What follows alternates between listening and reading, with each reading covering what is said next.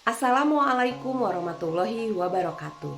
Perkenalkan, nama saya Emma Rahmawati, mahasiswa MPDR angkatan tahun 2024. Kali ini saya akan menjawab diskusi 3 pada mata kuliah Studi Komparatif Pendidikan Dasar. Yang pertama, perbandingkan manfaat dan tantangan pendidikan formal dan informal. Manfaat pendidikan formal terdapat pada struktur dan kurikulum. Pendidikan formal memiliki kurikulum yang terstruktur yang membantu siswa untuk memahami konsep-konsep dasar secara sistematis. Yang kedua, akreditasi dan pengakuan lulusan pendidikan formal seringkali mendapatkan pengakuan secara resmi yang diperlukan untuk melanjutkan pendidikan atau memasuki dunia kerja. Yang ketiga, sumber daya dan fasilitas. Secara sekolah formal biasanya dilengkapi dengan sumber daya yang lengkap seperti buku, laboratorium, fasilitas lainnya yang mendukung proses belajar. Tantangan pendidikan formal yang pertama, keterbatasan kreativitas. Terkadang pendidikan formal terlalu fokus pada ujian dan nilai yang dapat mengurangi ruang untuk kreativitas secara eksplorasi. Yang kedua, keterbatasan akses.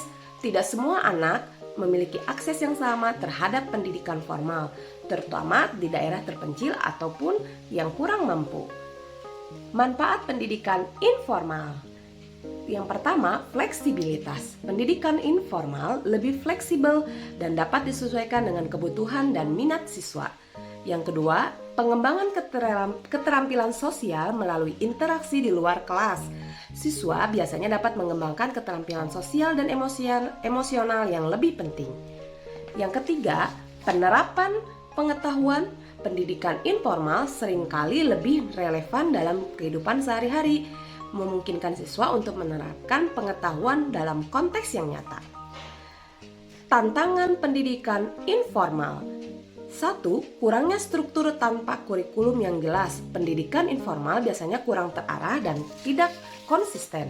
Yang kedua, pengakuan resmi keterampilan yang diperoleh melalui pendidikan informal mungkin tidak diakui secara resmi, yang dapat membatasi peluang siswa di masa depan. Integrasi elemen pendidikan informal ke dalam kurikulum formal.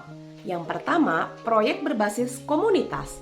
Mengajak siswa untuk terlibat dalam proyek yang bermanfaat bagi masyarakat seperti kegiatan lingkungan atau kegiatan sosial.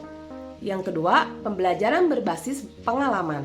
Mengadakan kegiatan di luar kelas seperti kunjungan ke museum, ke pabrik atau tempat bersejarah yang memberikan pengalaman secara langsung. Yang ketiga, diskusi dan kolaborasi. Mendorong diskusi kelompok dan kerjasama dalam proyek untuk meningkatkan keterampilan sosial dan kreativitas siswa. Yang keempat, penggunaan teknologi, memanfaatkan platform digital untuk pembelajaran yang lebih interaktif dan menarik. Pertanyaan yang kedua, mengatasi kesenjangan akses terhadap pendidikan formal. Program akses pendidikan melakukan kerjasama dengan pemerintah dan organisasi non-pemerintah untuk mengembangkan program yang menyediakan akses pendidikan bagi anak-anak yang kurang mampu seperti kelas tambahan atau beasiswa. Yang kedua, pendidikan berbasis komunikasi. Komunitas mengadakan kelas atau kegiatan pendidikan di komunitas yang dapat diakses oleh anak-anak yang tidak dapat pergi tidak pergi ke sekolah formal. Pendidikan jarak jauh memanfaatkan teknologi untuk menyediakan materi pembelajaran bagi siswa yang tidak dapat hadir di sekolah secara fisik. Pendekatan untuk pendidikan informal, diadakannya kegiatan ekstrakurikuler, mengembangkan kegiatan ekstrakurikuler yang dapat diikuti oleh seluruh siswa, termasuk mereka yang tidak memiliki akses penuh ke pendidikan formal. Pelatihan keterampilan menawarkan pelatihan keterampilan praktisir yang relevan dalam kehidupan sehari-hari seperti keterampilan berkebun, memasak, atau kerajinan tangan. Yang ketiga, kemitraan dengan komunitas. Bekerja sama dengan anggota komunitas untuk menyediakan sumber daya dan dukungan bagi para siswa seperti mentor atau pembicara tamu. Demikian jawaban diskusi 3 dari saya. Wassalamualaikum warahmatullahi wabarakatuh.